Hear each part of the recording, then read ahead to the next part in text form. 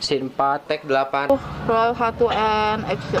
Perkenalkan, nama saya Reynaldi Rahmandewa dari kelas 12 IPS 3 dan di film dokumenter ini saya bertugas sebagai produser, sutradara, scriptwriter atau penulis. Perkenalkan, nama saya Sipa Sandra. Saya dari kelompok 2 kan? Ya. Yang beranggotakan 6. Tapi salah satunya ya gitu.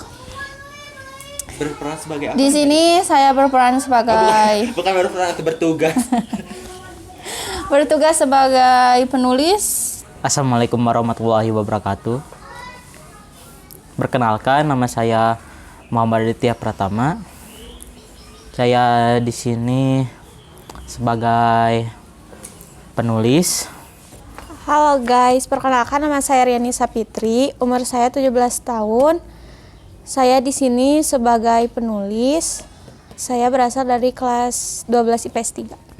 Oke, sebelumnya perkenalkan, nama saya Angga Ardiansyah Nugraha. Saya dari kelas XII 12 IPS 3. Jadi di sini saya sebagai kameramen sekaligus juga penulisnya. Dan inilah ceritanya. Film dokumenter Desa Jayagiri ini.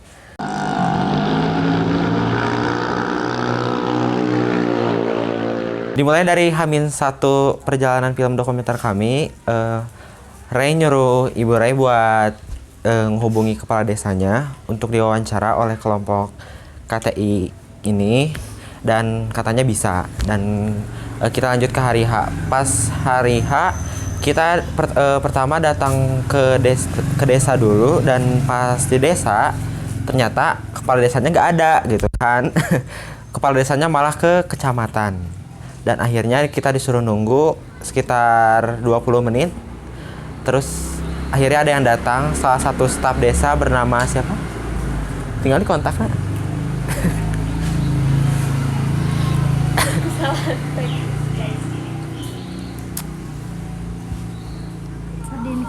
Bernama Pak Denny. Dan ini cuplikan wawancara kami. Nama saya Denny Jainuddin. Jabatan saya kasih pemerintahan. Cukup. Baik.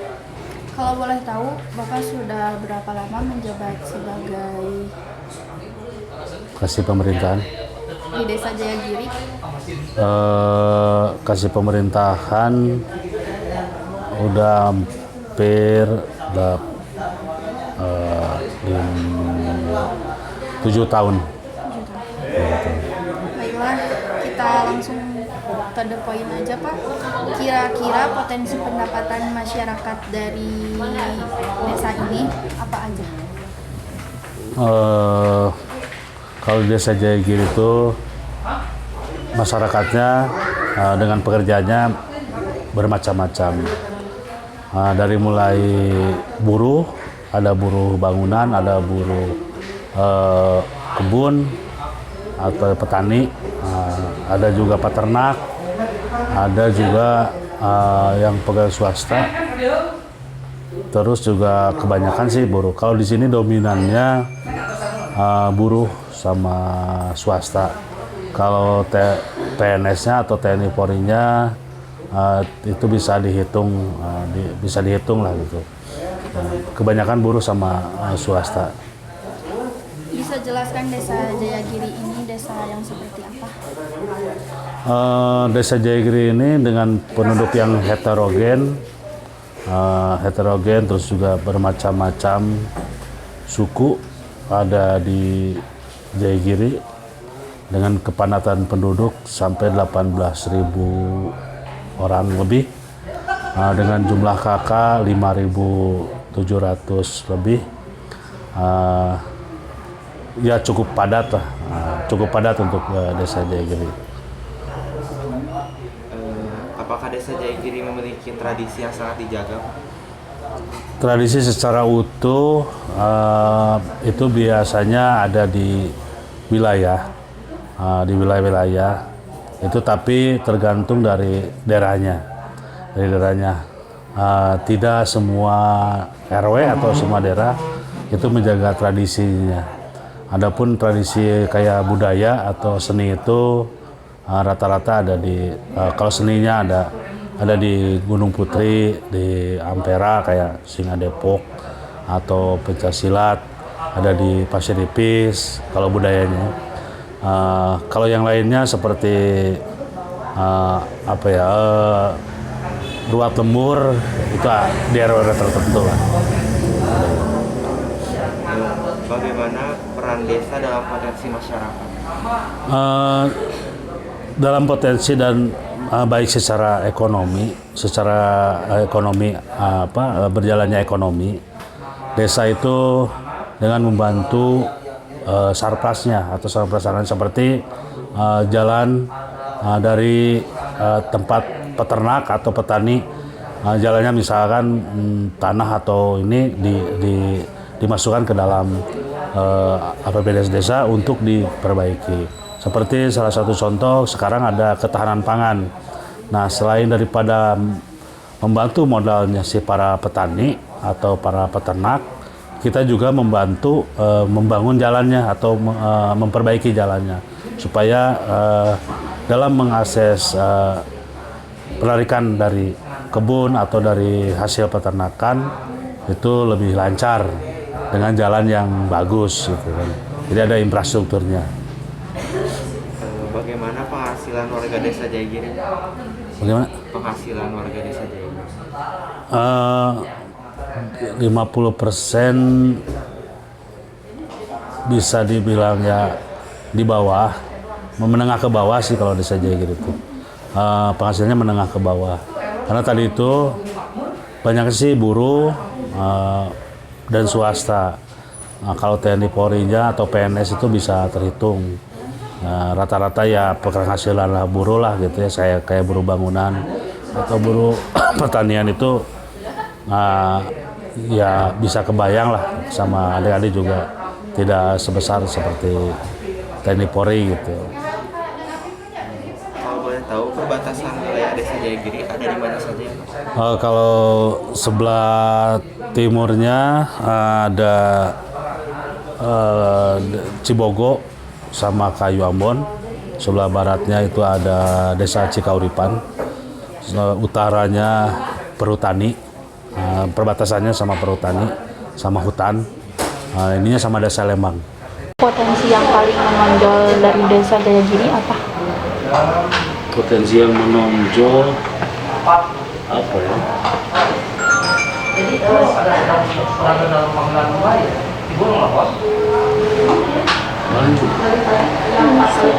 Kalau yang udah go public itu ya tempat campingnya aja, potensi wisata. Tempat camping drone itu ada di Pasir Ipis sama Gunung Putri.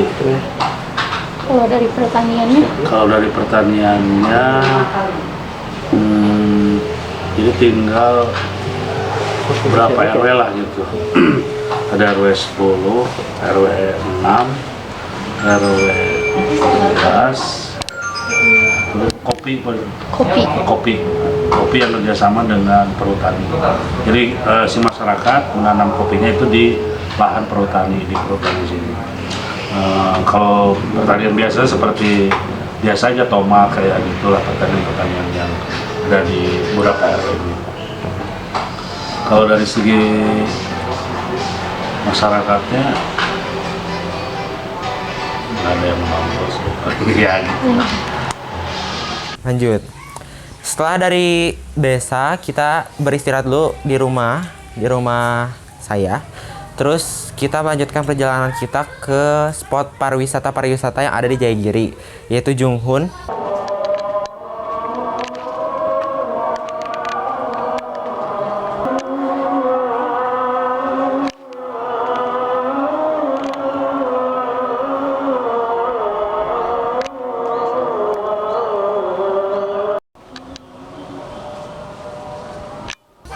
Dan Gunung Putri. Kita pertama itu ke Junghun dulu. Itu yang mana?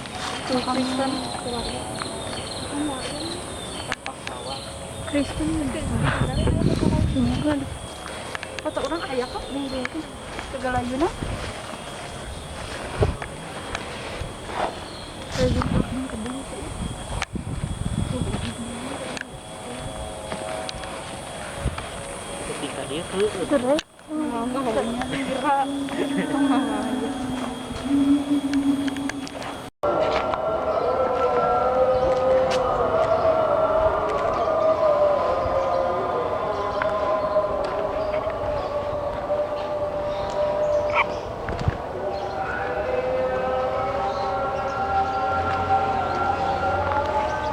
Awas Riani.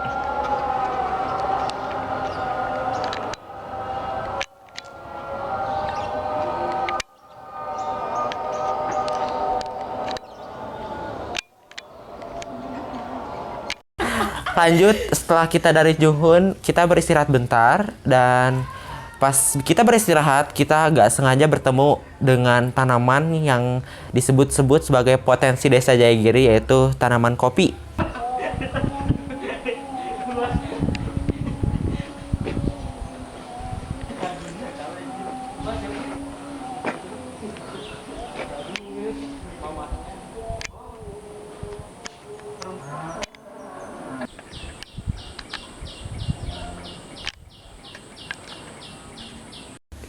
Di pinggir rumah neneknya Angga.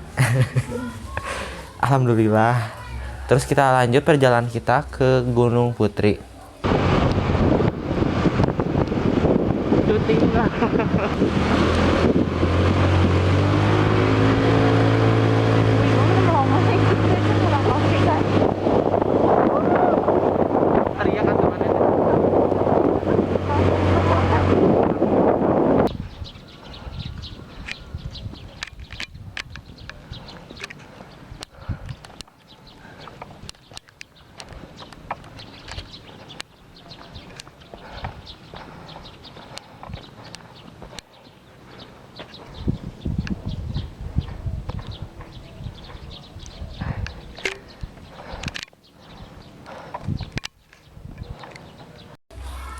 Dan di Gunung Putri ya gitu, kita mendaki ke atas sampai ke puncak, tapi ternyata pas di atas, pas di puncak malah jalannya tuh dibenerin gitu, ibu kawan-kawan. Nggak bisa, jadi kita nggak bisa ke atas. Dan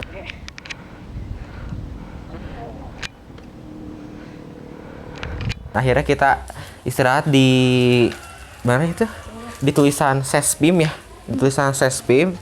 Dan saat kita beristirahat, alhamdulillahnya kita mendapat asupan makanan gitu dari asupan makanan suki guys, suki dari salah satu yang berkemah di sana. Nggak tahu ada apa ya, itu juga tiba-tiba gitu kita lagi duduk foto kecapean, foto-foto terus disuruh ngabisin suki gitu. Ngelawan nih. Iya mah nggak ada lagi rezeki. Ngelawan ya Allah. Tentang kudu jeung urang ieu teh mesti jeung urang teh eueuh. Bagus ya. Sinkin ih. Wah, sok ketemu. Lupa ya Allah. Video berapa kali kan? Iya tutupna. Ini tutup. Makasih. Makasih.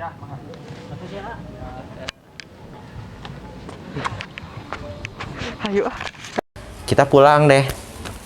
Nah, pas perjalanan pulang, kita ketemu salah satu petani di Gunung Putri. Dan akhirnya, secara ngedadak tanpa rencana, kita ngawancarai petani yang kita temu di Gunung Putri itu.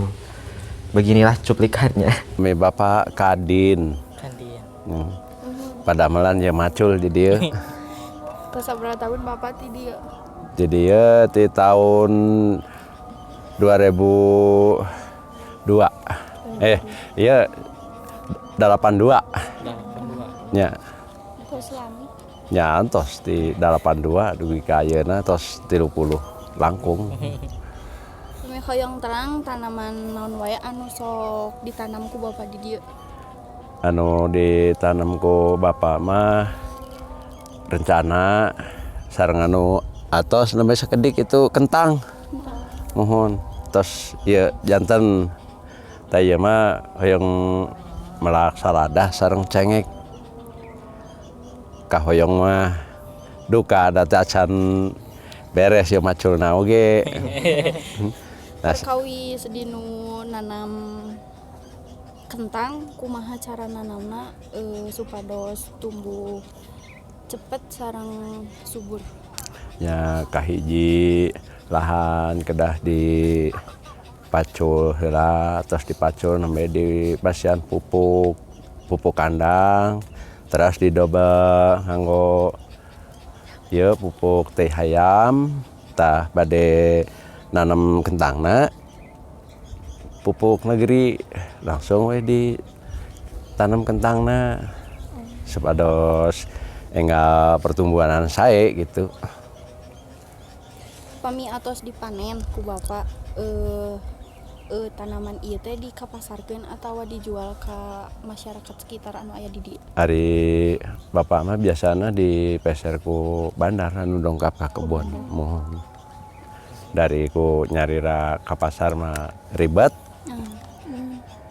Kahijina, kaduana kedah ngaluarkeun ongkos aya dicanak mah ku bandar ka dieu teu ngaluarkeun ongkos. Nyari ya mah biasa lah ya pipi-pipi gitu udah bandar ge bangten perlu kanggo ngagaleuh bensin ya sakedik sewang.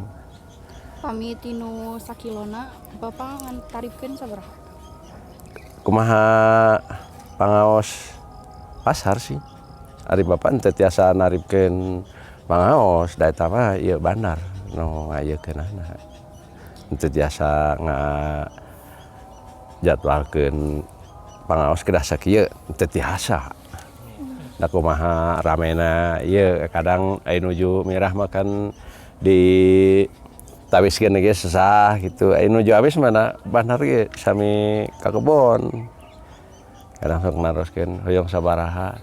Nya kumaha barang. Ai bapak mah sok kitu. Ari barang sae pangiteun pangaosna standar atawa langkung sakedik. Biasana kitu ai bapak. Tapi Bapak ngagaduhan kauntungan tinu. Nya. Nyari namina tani neng eta sep aya untung aya ruga. Ayeuna tina ruga dan teu salami naruga. Aya oge kauntungan kan gitu. Ai rugel teras mana moal tani atuh. Ya sok. Pami amun di dieu potensi anu terkenal ku masyarakat naon? Di dieu mah salada, cabe keriting, brokoli, sareng burkol, tomat. Setelah wawancara petani, kita akhirnya pulang dengan rasa capek karena mendaki gunung Hareudang pakai seragam. Kapan lagi ya kalian melihat orang ngedaki gunung pakai seragam gitu. Terus ya gitu pulang. Tapi yang kerja kelompok di hari pertama itu cuman kita berlima. Karena katanya Kin nggak bisa datang, nggak tahu kenapa alasannya. Kalau kalian butuh bukti, kita akan sertakan bukti chatan di hari pertama itu. Nah, di hari ketiga, di hari Rabu kita nge-shoot perbatasan. Benar kata Ray, drama itu dimulai waktu hari Rabu. Waktu hari Rabu kita datang jam 9 dan kita nunggu Kin astagfirullah. Dan kita nunggu salah satu anggota kita ya bernama Kin Nur Kariman sampai jam 12, gak tahu jam 11. Jam 1 kan? Jam setengah 12. Nah, kita tunggu Kin gak datang terus. Di telepon biasa udah ada ratusan kali sama Ray sama Sipa, gak ada yang ngangkat. Telepon WA sama ditolak, memanggil ada di chat centang 2 langsung off lagi. Tahu banyak alat pusing. Ini teh mau jadi mau itu. Sok kurang mah. Karang Taruna. Guys, minta donasi karena Kin nggak bisa datang ya, susah dihubungi. Kasih Desti gitu minta donasi 50.000 mah. Bisa sih bawa mobil tapi mobilnya Desti kurang mah eta karang kedua geus sok. Gereuh make mobil maneh we nu mogok. Mobil sah, mobil urang. akhirnya kita punya inisiatif karena kasihan juga kan ini tugas ya bisa dibilang tugas akhir dari geografi meureun. Kita nyusul Kinkin ke rumahnya. Sipa sama Angga ke mana sih? Ke Batu Reok buat nyari Kinkin. Sipa sama Angga cari ke warung yang biasanya dipakai buat nongkrong buat anak-anak yang solehah sama soleh. Di situ gak ada. Terus Sipa sama Angga maju lagi ke bawah buat nanyain ke si Ibi yang ada di depan SD Pancasila. Nah, di situ kita tanya, tahu gak yang namanya Kinkin? Pada gak tahu yang namanya Kinkin teh. Astagfirullah. Astagfirullahaladzim.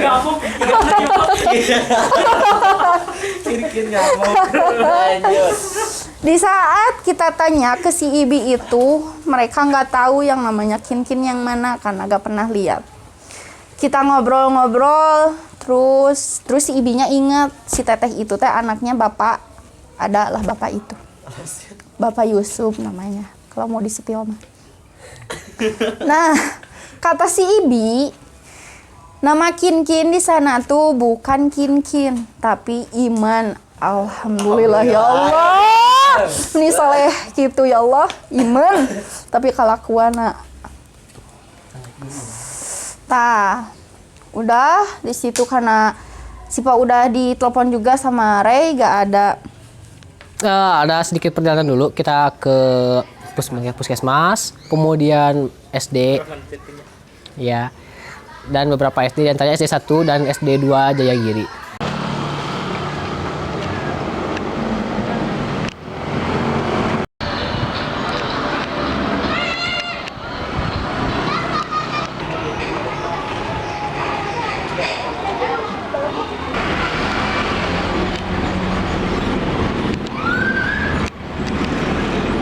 Di situ beberapa teman di antara kita jajan cakwe juga. Kami memutuskan untuk pergi dulu ke Pajajaran Jayagiri, sekalian menunggu kabar Kinkin ya guys.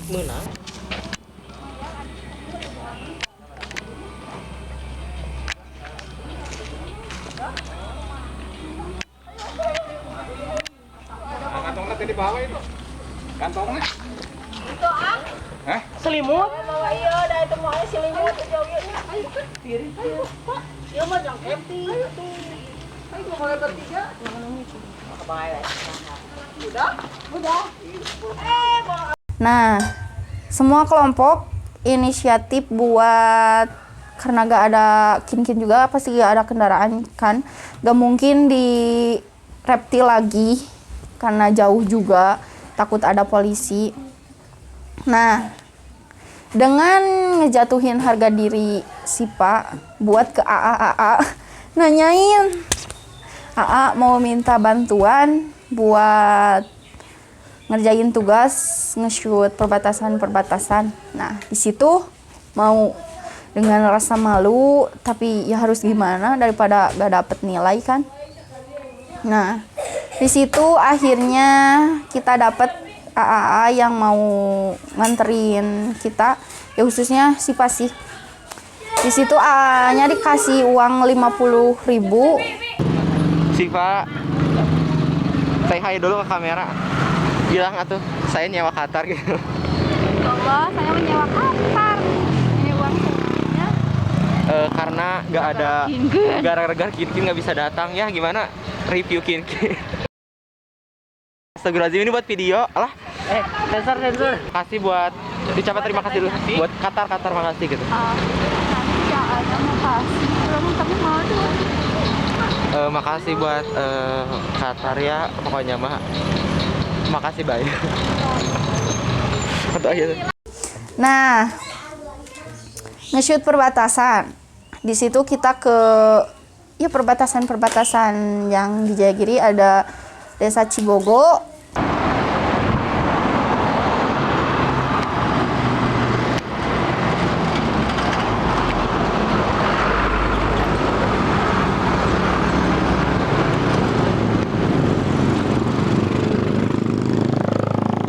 kahuripan.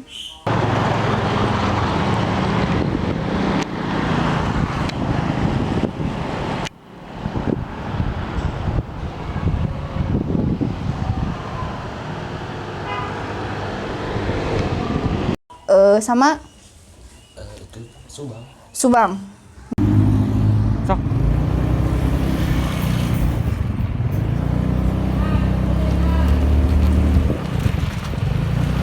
Iya, tunggu iya.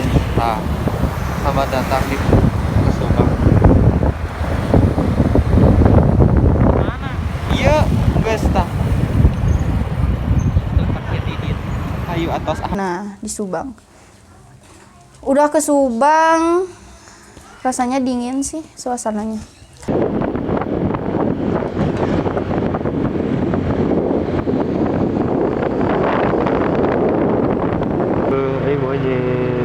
Mana itu ketinggalan di video.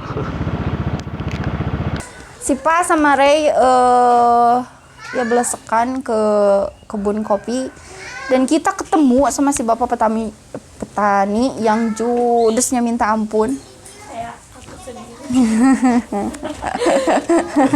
Kata Riri kayak Sipa. Nah di situ kan mulai gak enak juga kan suasananya, kayak gak mendukung banget si bapak-bapak itu teh. Kata si bapaknya, coba ke bawah, sana takutnya ada petani. Tah kita teh turutin, kata si bapaknya. Nah kalau mau diwawancara juga kan gak mau. Kita turun ke bawah, alhasil kita bablas sampai ke rumah karena petaninya gak ada. Karena Ray juga udah chat ke atenya bilangnya petaninya gak ada, jadi kita pulang ke rumah. Di situ ya dapat informasi setelah di rumah, katanya pemilik dari kebun kopi itu ada rumahnya di atas, di depan lapang PPKB. Nah, kita samperin ke rumahnya dengan bantuan mamahnya Ray. Akhirnya kita wawancara dan nunggu dulu karena si bapaknya lagi mandi, siap-siap. Kita tunggu sampai akhirnya si bapaknya datang buat ngewawancara. Si bapaknya sebenarnya kalau usaha bapak itu meneruskan dari ibu ya, dari keluarga. Sebenarnya waktu produksi kopi itu sebenarnya sudah dari dulu, bapak masih kecil sudah ada produksi. Kebetulan kalau keluarga kami ini dari 1966 sudah olahan kopi.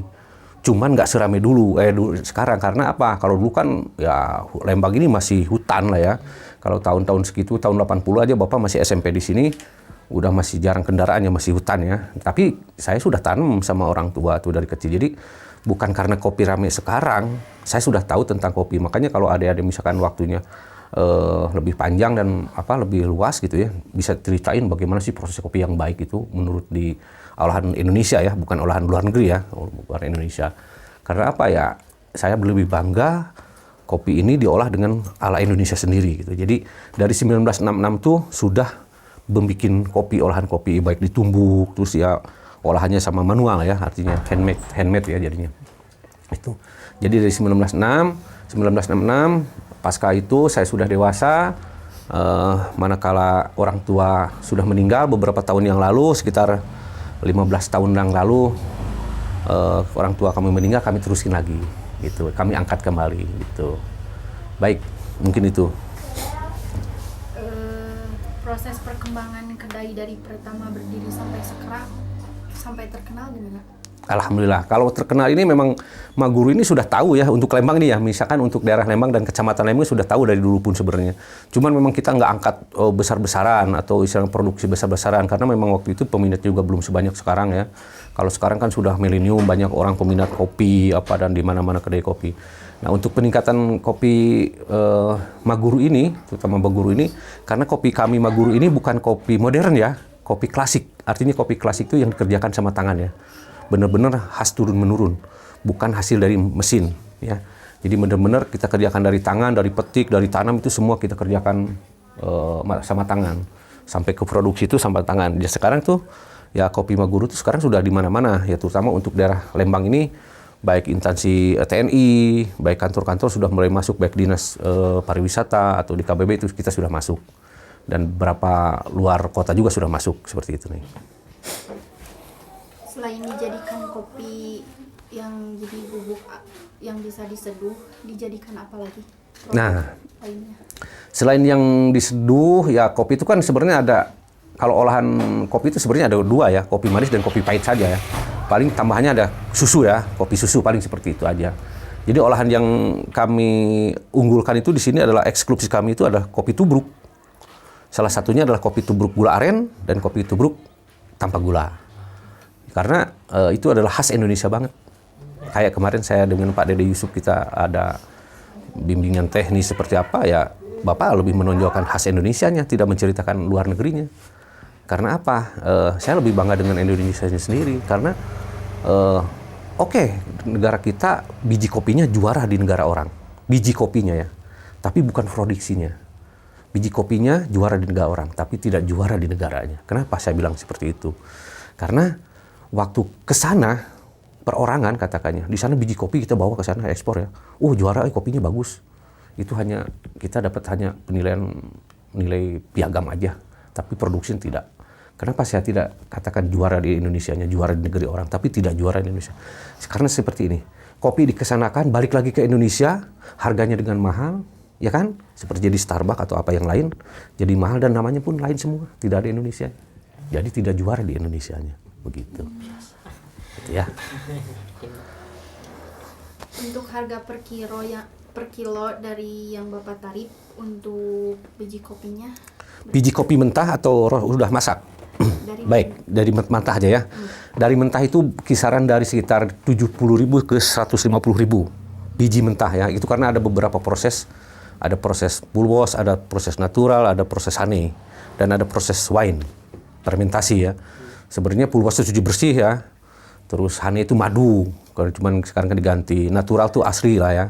Terus wine itu adalah kopi peyem. Kalau saya bilang kopi peyem, kopi di peyem gitu ya. Jadi wine jadinya kalau orang Inggris bilang gitu ya, itu. Nah, itu harga. Terus harga roasting pun berbeda, lebih mahal daripada harga biji mentah. Karena kalau di roasting ada beberapa proses dan kita juga apalagi manual, ini manual tuh sebenarnya tidak ada patokan harga. Karena kalau handmade itu lebih mahal ya. Contoh misalkan kita dengan batik yang dikerjakan tangan atau sulam itu lebih mahal. Karena beda dengan mesin. Kalau mesin kan adik-adik tidak sekolah pun punya mesin, beli tinggal pencet mudah bisa. Tapi kalau manual nggak seperti itu. Karena memang manual ini punya khas tersendiri ya, pengerjaannya juga harus dengan kasih sayang lah, dengan cinta ya, tidak bisa main-main seperti itu. Gitu. Baik.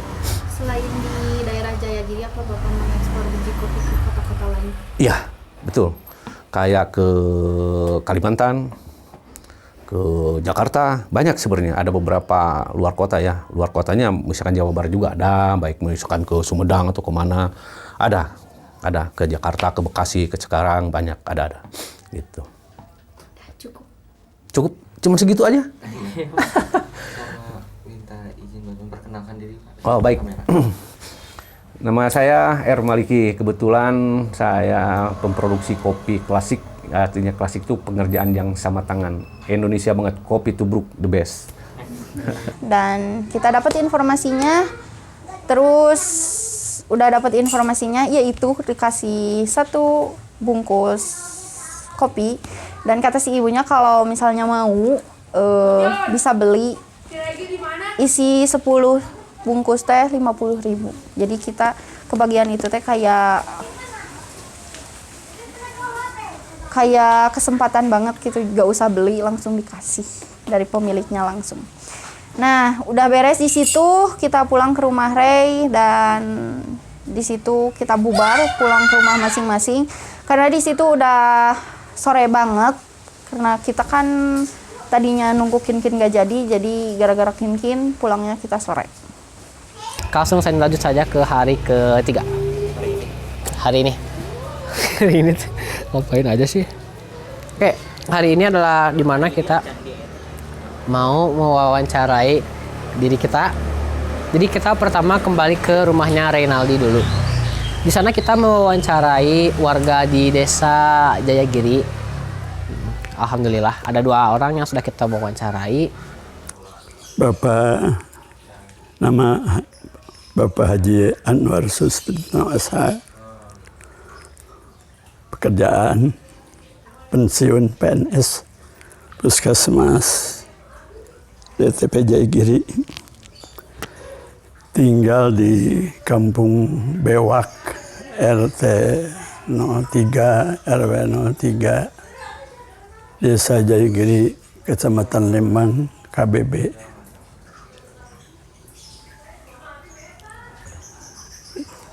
Kalau boleh tahu, Bapak sudah berapa lama tinggal di Desa Jayagiri?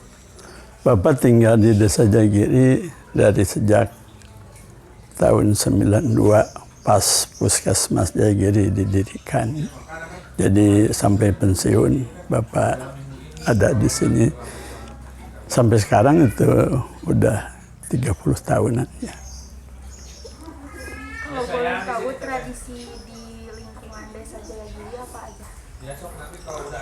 Ya, tradisi di Kampung Lembang, di Kampung Bewak, Desa Jayagiri, Kecamatan Lembang, ya terutama ya kebiasaan-kebiasaan mereka. Kalau dulu mah di sini tehnya nah, seperti di kampung Kampung Genteng. Kebanyakan di situ teh peternak-peternak ya. Bahkan ada peternakan yang sangat potensial, bahkan dikenal oleh publik banyak seperti di Lembang. Tapi sekarang ya hampir musnah ya, hampir musnah. Cuman ada 1-2 gitu. Mereka sekarang mah tradisinya sudah ke modern gitu sekarang. Hanya 1-2 itu paling yang masih bisa mempertahankan kebiasaan-kebiasaan dan tradisi mereka. Jadi sekarang mah ya sehubungan dengan sudah meningkatnya pendidikan, ya mereka sudah ada ya sarjana-sarjana yang menjadi lebih ke modern kalau sekarang.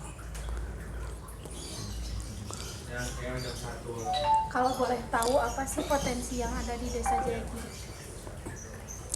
Ya potensinya kebanyakan di Desa Jayagiri ya.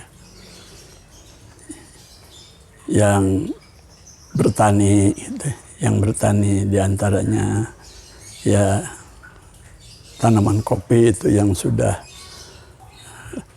sekarang itu sudah berproduksi, artinya sudah menghasilkan. Ya diantaranya ya di kaki Gunung Tangkuban Perahu ya, yang itu sebagian tanah perhutani tapi sebagian udah ditanami oleh masyarakat. Dan itu diperkenankan, ya, artinya dibolehkan oleh perhutani untuk bercocok tanam kopi di daerah tersebut. Ya. Nah, di antaranya ya mereka banyak bertani di sana. Kemudian sebagian mereka ya berjualan di pasar karena sekarang mah banyaknya di sini di orang Bewak ya, orang-orang Bewak ya termasuk Desa Jayagiri dan Lembang ya mereka berjualan di pasar. Itunya yang Bapak tahu sampai sekarang. Perkenalkan, nama saya Desi Rosalinda, umur 45 tahun. Dan saat ini saya berdomisili di Jayagiri, Lembang. Kalau boleh tahu, sudah berapa lama Teteh tinggal di Desa Jayagiri? Alhamdulillah, saya tinggal di Jayagiri dari sejak lahir. Berarti sudah 45 tahun ini saya tinggal di Jayagiri. Menurut Teteh, apakah di lingkungan masyarakat masih mempertahankan tradisi tradisional yang ada di Desa Jayagiri atau sekarang lebih ke arah yang modern? Untuk saat ini dilihat mungkin sudah ke arah modern ya tradisi di Jayagiri ini. Walaupun mungkin ada sedikit-sedikit masih ada tradisi yang dipertahankan oleh warga-warga dan Desa Jayagiri ini ya. Tapi untuk saat ini lebih ke modern. Kalau boleh tahu, apa sih potensi yang ada di Desa Jayagiri? Untuk potensi di Desa Jayagiri ini cukup banyak sih ya. Alhamdulillah kita di Desa Jayagiri ini punya potensi seperti sumber daya alam ya, sumber daya alam, kita punya sumber daya manusia atau SDM ya, kita juga punya potensi sosial. Salah satunya kita punya potensi sumber daya alam. Sumber daya alam kita punya ada banyak perkebunan ya, pertanian, ada punya peternakan. Salah satunya juga kita punya lahan hutan ya, yang dulu sering dipakai untuk wisata juga, dan saat ini juga masih berkembang terus.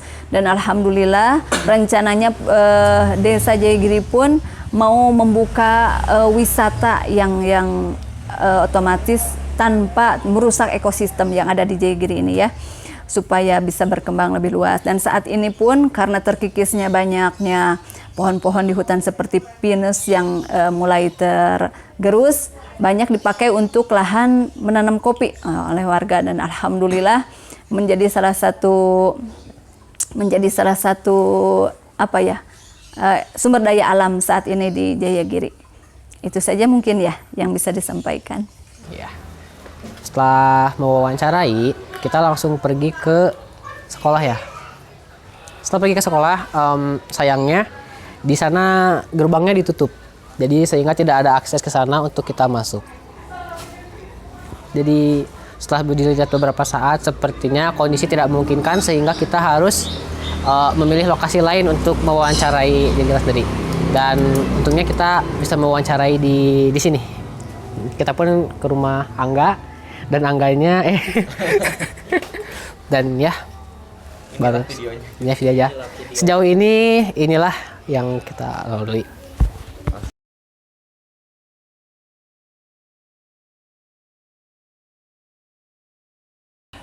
Sebenarnya senang sih, soalnya karena ya rumah aku tuh dekat kan sama Desa Jayagiri, jadi ya lebih dipermudah gitu, dan juga kenal sama staf Angga semua sih, cuman hampir setengah itu kenal gitu sama keluarga aku, jadi kayak gampang aja gitu buat ngewawancara atau ngeobservasinya gitu.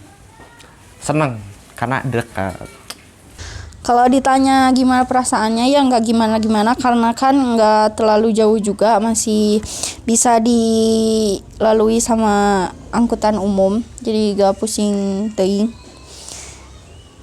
Terus ya intinya deket aja sih. Menurut saya Desa Jayagiri itu deket, sehingga saya gampang bepergiannya karena banyak kendaraan. Saya sangat senang ke bagian Jayagiri, itu sangat mudah lah transportasi, apalah mudah, sangat mudah. Saya Desa Jayagiri, udahlah gitu. Perasaan saya mengenai itu ya, jujur saja saya merasa sangat senang karena di Desa Jayagiri itu adalah tempat di mana saya dibesarkan.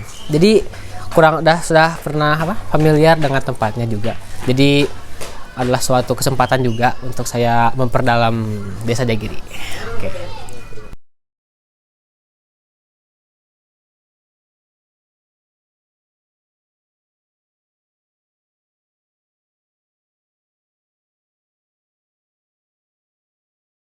Observasinya mah nggak sulit sih.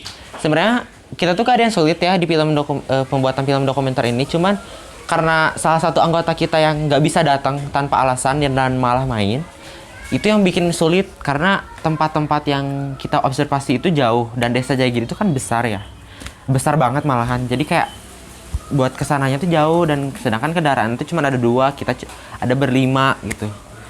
Dan ya observasinya nggak susah sih sebenarnya, cuman itu ke tempat-tempat yang buat diobservasiinnya itu yang susah tuh guys, bikin pusing dan hampir bunuh diri. Observasinya nggak sulit, tapi yang sulit itu itu salah satu anggota kita yang soleh banget. Dah. Tidak sulit, tapi karena ada anggota dari kelompok kami yang sangat membebankan, sehingga membuat kerja KTI kami, film dokumenter kami menjadi sulit. Oh, tentu tidak. Yang bikin sulit apa? Yang bikin sulit itu ya orang yang hanya satu orang itu aja lah yang bernama Kin. Astagfirullah. Yang disebut Iman di kampungnya. Udah. Sebenarnya kita sendiri sudah diberi beberapa kesempatan seperti bisa mewawancara juga. Sebenarnya sudah diberi kemudahan istilahnya. Tapi ya begitulah, ada kendala dari salah satu anggota kita namanya Kinkin Nur Kariman. Kamu Kinkin Baik, terus Angga lanjutkan. Iya, jadi karena kendala itu saja merasa terhambat, apalagi kita kekurangan kendaraan mungkin ya, bukan yang mengendarainya maksudnya. Jadi ya terpaksa kita pun mengalami beberapa kendala.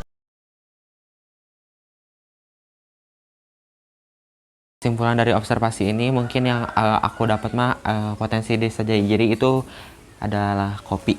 Terus juga kesimpulannya mungkin buat diri aku sendiri mah, aku tuh jadi tahu gitu Desa Jayagiri itu seluasnya gini, perbatasannya ini dan mungkin juga itu aku pengen sampaikan ke teman-teman semua buat di film ini buat ngasih wawasan juga bahwa Desa Jayagiri itu kayak gini gitu. Kesimpulan dari observasi ini kita punya kayak bekal buat nanti KTI kita, karena kita udah tahu juga kan gimananya Desa Jayagiri. Jadi buat bekal aja buat nanti KTI, jadi nanti gak terlalu pusing, tinggal kita bikin produknya aja.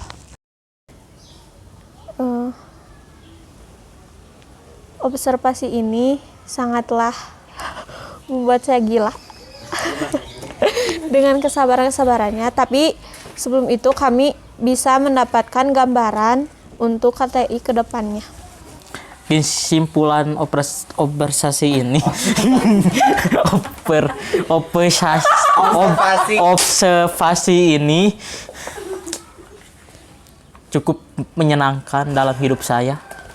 Kesimpulan observasi kali ini menurut saya sangat menyenangkan dan sangat berkesan tentunya, karena buat saya ini adalah pengalaman pertama kali juga, dan kita bisa menggali ilmu dari masyarakat secara langsung. Jadi itu adalah hal yang sangat spesial buat saya.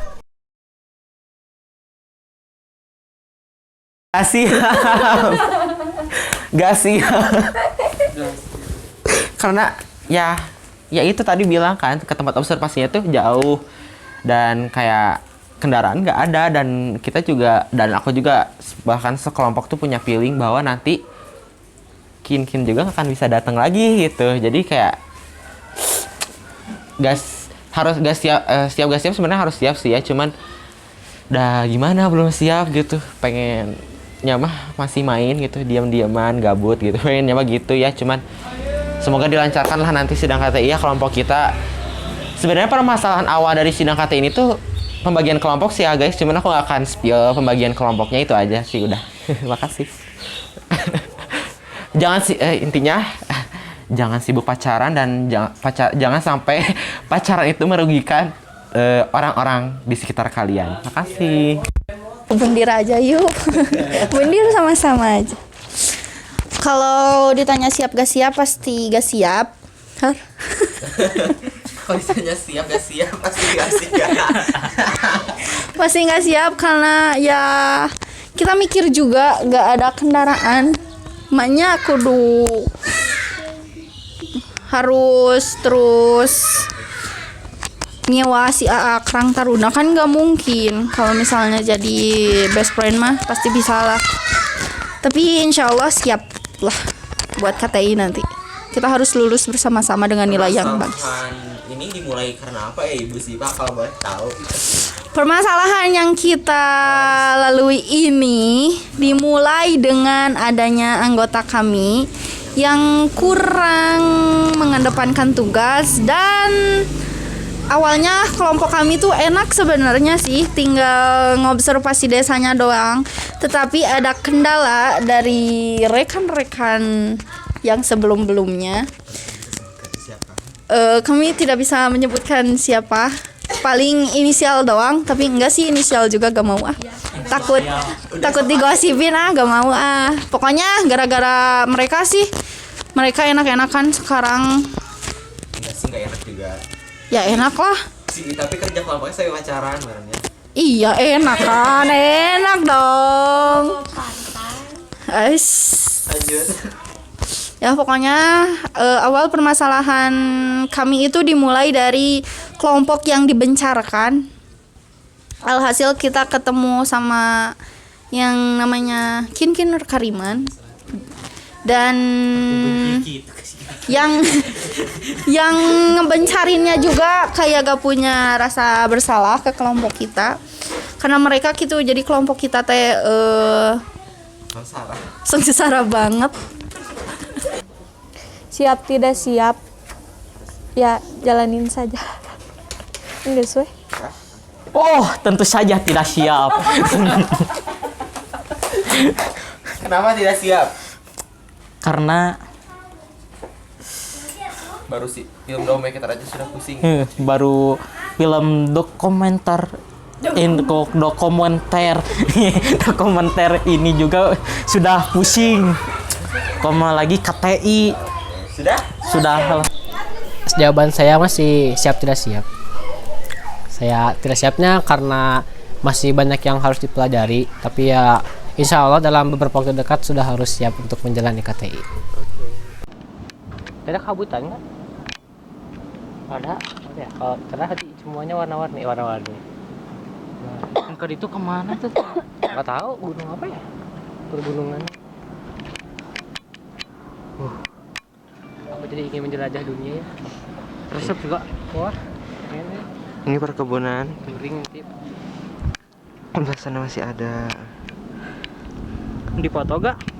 Yuk, kamu dulu Dit. Main lagi. Gimana? Rada-rada